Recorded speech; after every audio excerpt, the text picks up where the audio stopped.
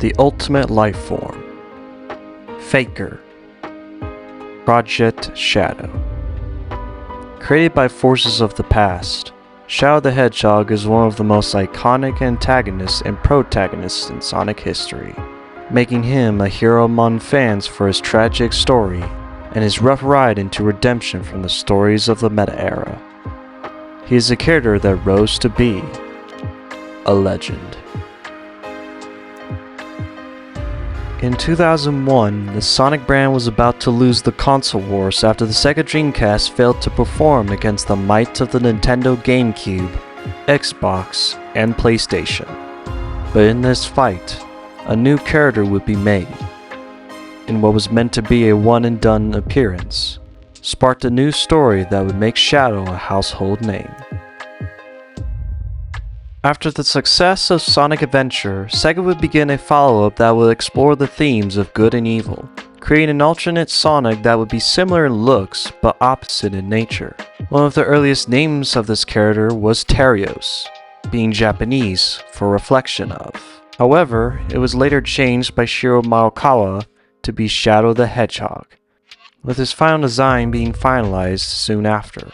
Then, on June 18th, 2001, as Sega made their final stand in the console wars, Sonic Adventure 2 would debut with critical acclaim, becoming one of the most iconic Sonic games in history. It would also be Shadow's grand reveal to the world, which found his character tragic but a memorable protagonist that would find redemption with Sonic and his friends, remembering the promise to his best friend Maria Robotnik to protect the Earth, stopping the Eclipse cannon from crashing towards Earth.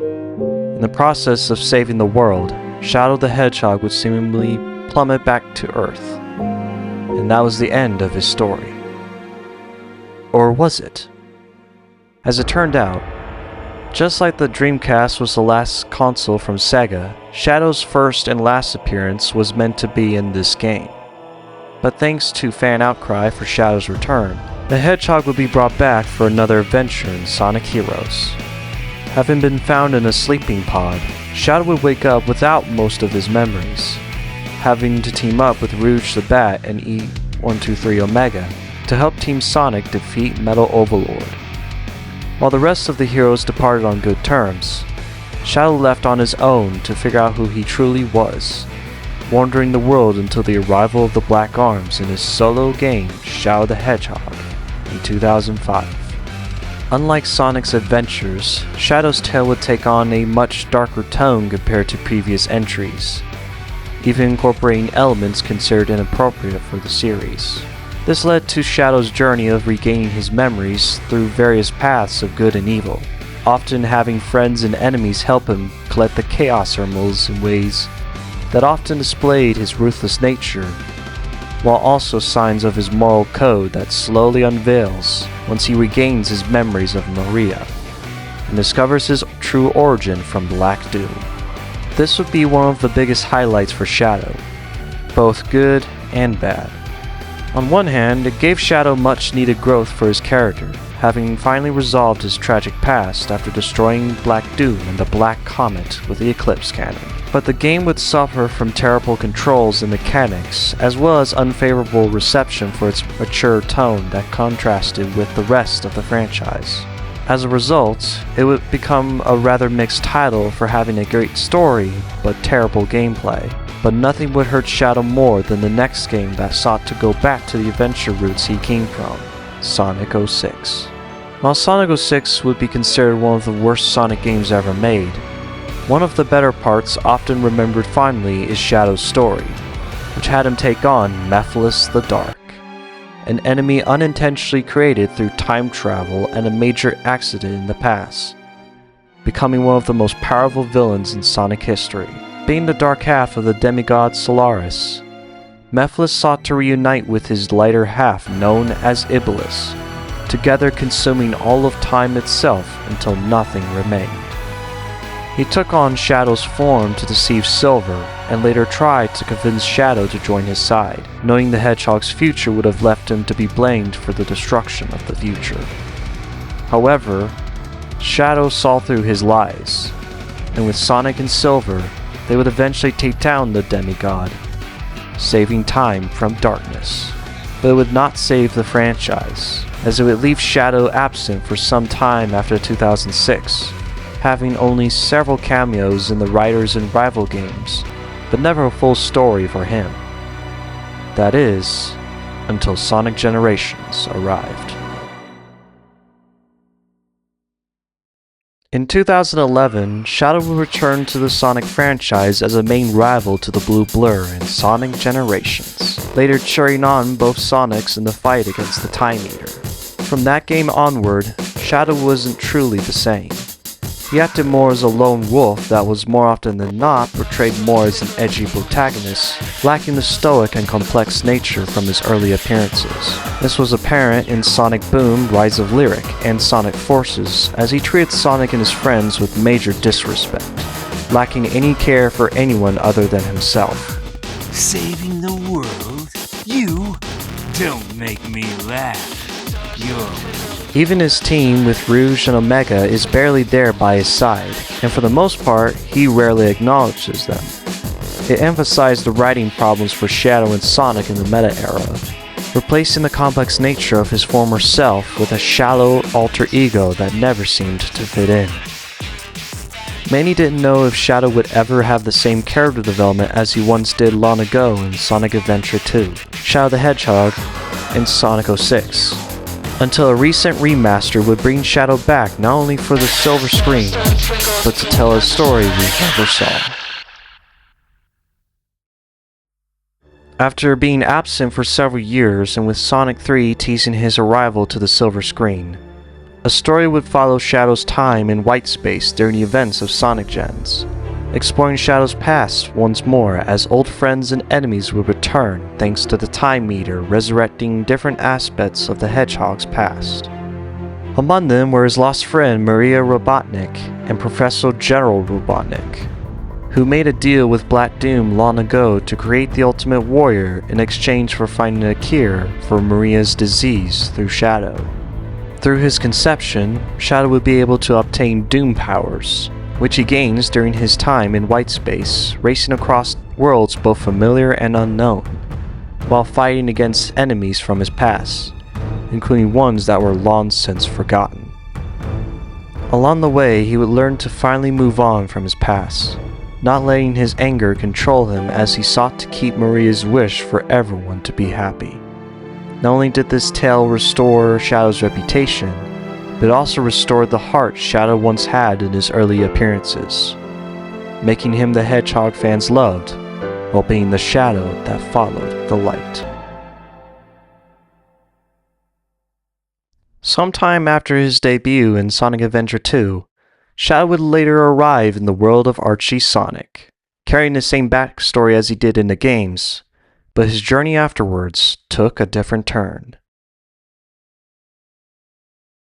Beginning in Archie Sonic issue 98, Shadow's story from SA2 would be adapted to fit the world of comics. But in issues 124 and 125 would be where Shadow's story truly begins in the world of Archie Sonic.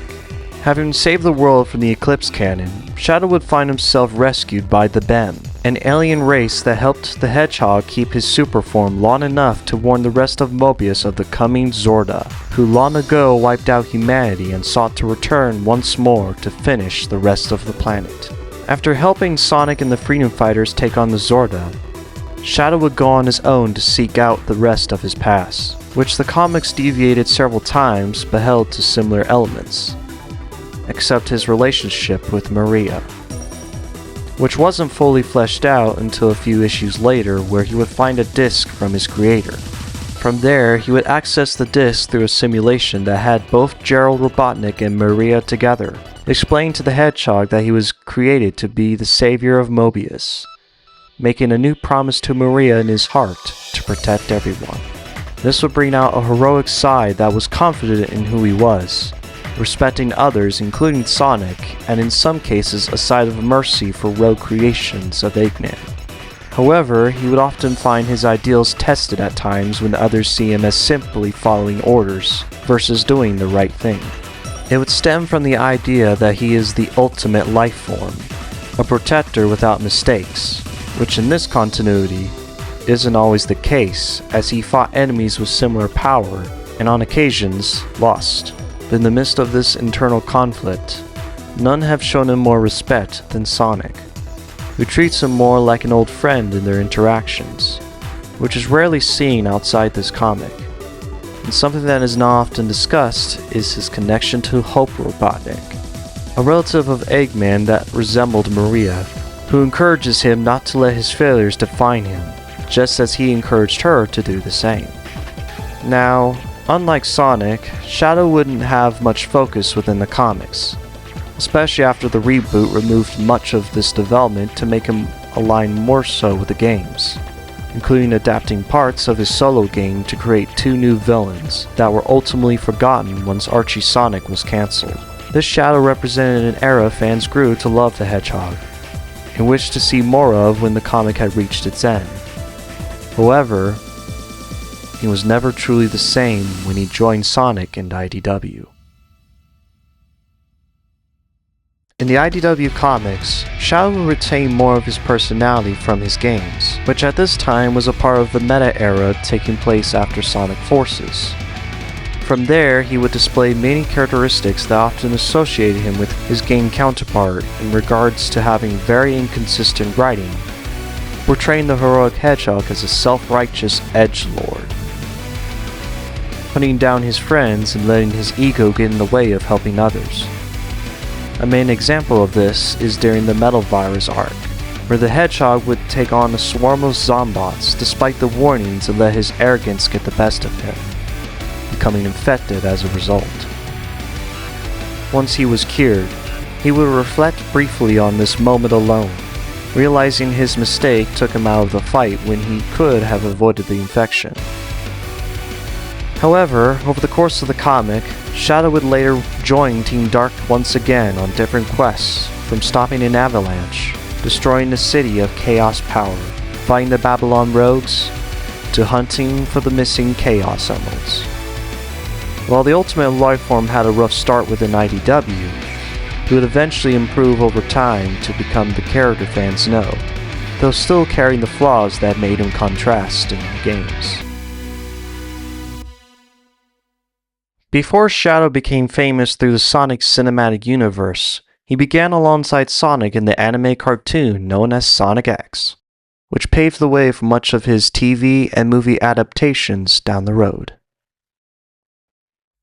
Shadow's rise to fame outside the games began in Sonic X, where in one season much of SA2 was adapted in order to bring Shadow on TV. He and Sonic would receive the same voice actor in Jason Griffith, who would voice them in a few games around this time.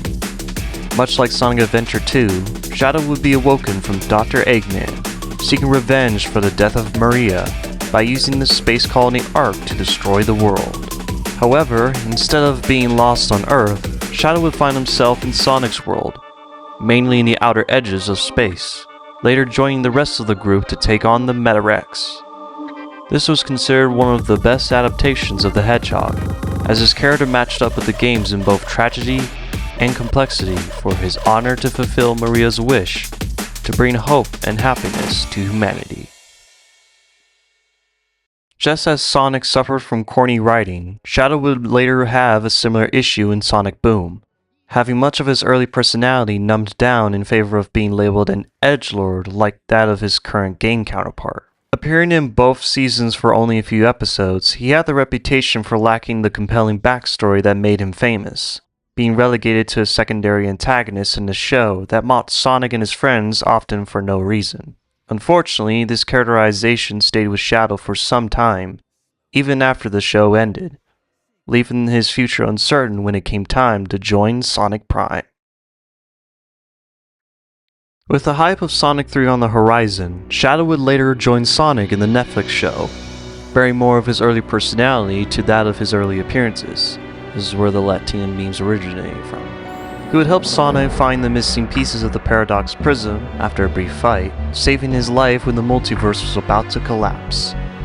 Despite showing some hostility, he would reluctantly team up with Sonic, having the Blue Blur face the consequences of his actions after destroying the Paradox Prism. This was one of the best highlights of the show as it brought back Shadow out of his antagonistic side to become more akin to what fans know him to be, even when the darkness sought to creep in. Alongside Shadow Generations, Shadow would receive his own mini-show in the form of a 3-part YouTube special that highlights Shadow's past in a blend of 2D and 3D animation. From his time on the Ark to his journey in space, Shadow would remember his experiences with Maria through dreams and nightmares that revealed the possible return of Black Doom. In this emotional journey, the Hedgehog sought to find the enemy that plagued his past, remembering the times Maria comforted him when he doubted his worth. These memories flow as he joins up with Team Dark to infiltrate a gun base, taking a space rocket leading up to the events of Shadow Generations. This animation was considered a stellar masterpiece for both its visuals and brief story, making it one of the best prologue stories in the franchise, sparking new animations to come.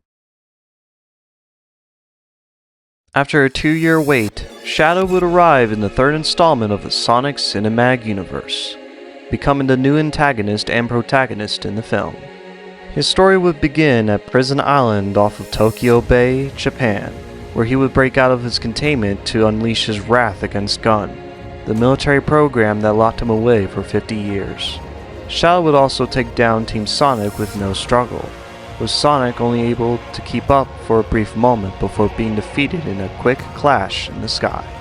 His origin in this story, however, changes in several respects, having been found long ago by Gun for top-secret experiments, eventually finding friendship with Maria Robotnik, who would be killed by accident when Gun soldiers set off chaos drives, creating an explosion that took the only friend Shadow ever had in one moment. Thus, the Hedgehog sought out revenge, reuniting with Joe Robotnik to seek out the keys to the greatest weapon ever made, the Eclipse Cannon. Snatching one of the keys from Team Sonic, Shadow would join the Mad Doctors as they infiltrated the gun base in London. As Shadow arrives, he quickly crosses paths with Commander Walters, the man who locked him away for the accident in the past. And with one punch, he knocks out the commander cold, taking the final key. Except, it wasn't Walters. It was Tom Wachowski. Unaware that the real Walters died earlier, Shadow stood by in shock, watching as Sonic rushed to Tom's side with the same concern the Hedgehog once had for Maria long ago. However, as revenge returned to his mind, he gave the final key to both Robotniks, launched the Eclipse Cannon for all to feel his loss and despair. He watched from the superweapon after charging it with chaos power, awaiting the time to finally avenge his friend's death, only for a golden light to snatch him right out of the space station. To his surprise, Supersonic now held him by the chest, pulling both of them back to Earth for one final confrontation. However, upon their return, Shadow managed to knock Sonic out of his super form, allowing himself to share the power of the Master Emerald, clashing across the globe in streaks of light. In the midst of the fight, he would be sent straight to the moon, being pinned down by the triumphant Sonic, egging him on to finish him off. But instead, Sonic chooses to spare him, reminding him of the words Maria once spoke to him. The light shines even though the star is gone. With a newfound purpose, Shadow helped Sonic stop the Eclipse Cannon, sacrificing himself to save the world. This became one of the best adaptations Shadow has ever had, leaving an open door for more to come. Having gone through pain and suffering, Shadow the Hedgehog became one of the most memorable characters in Sonic history. Through his dark origin as a weapon, his path from revenge to his heroic resolution, and his redemption through the silver screen, made this Hedgehog the true ultimate life form.